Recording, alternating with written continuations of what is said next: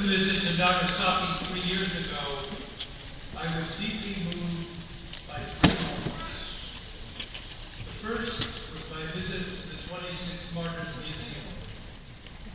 The second was my visit to the Nagasaki Atomic Bomb Museum. And the third was my visit here to Uragami Cathedral. The Martyrs Museum conveyed to me the depth of Catholic faith among those who value their faith so highly they were willing to take up their lives in its defense here in Japan. Their stories of courage and sacrifice, strength and love for Christ were and continue to be a vivid testimony of the ancient roots of the Church in this country and the vitality of the Catholic community in this city, which continues to this day. In walking their pilgrimage of suffering, they united themselves to Jesus Christ in an enduring and inspiring way that radiates grace to all who contemplate the love we have received in Jesus Christ.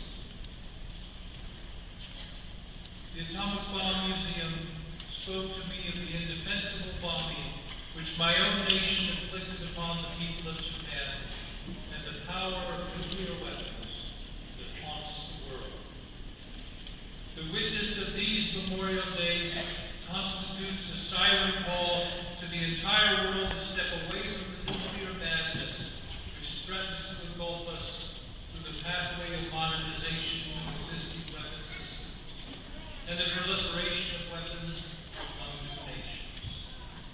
The Bukasha may be dwindling in numbers, but their heroic witness is the conscience of Japan to the world, reminding us of the dangers we are so blind to in this present world.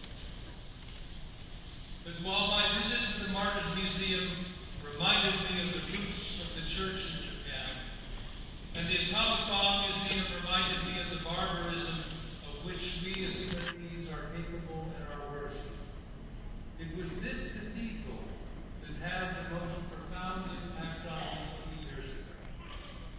For it represented at its core pure and undiluted hope. The hope that does not forget or diminish the tragedies of the past, but finds in them chapters of grace and love and courage. The decision to rebuild this cathedral in this place and the sacrifices of the Catholic community which made that possible,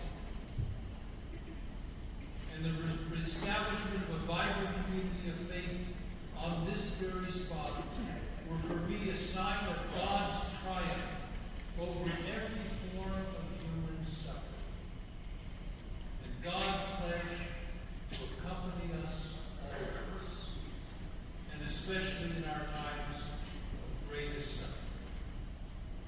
The flourishing and joy of this community and this place are overwhelming, especially today. It strikes me that in the 3 places I visited 3 years ago, we see the very foundations for true peace in the world.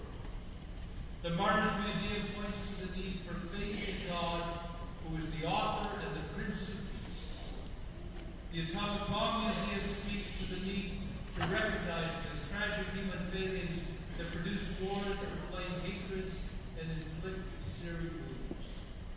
And the rebuilding of this great cathedral points to overwhelming hope, which is the sustaining star which guides us toward peace even when it seems farthest away. So in its essence, this local church of Nagasaki is profoundly a beacon to us all to remain faithful to the journey of peace which the Lord called us in the first words after his resurrection.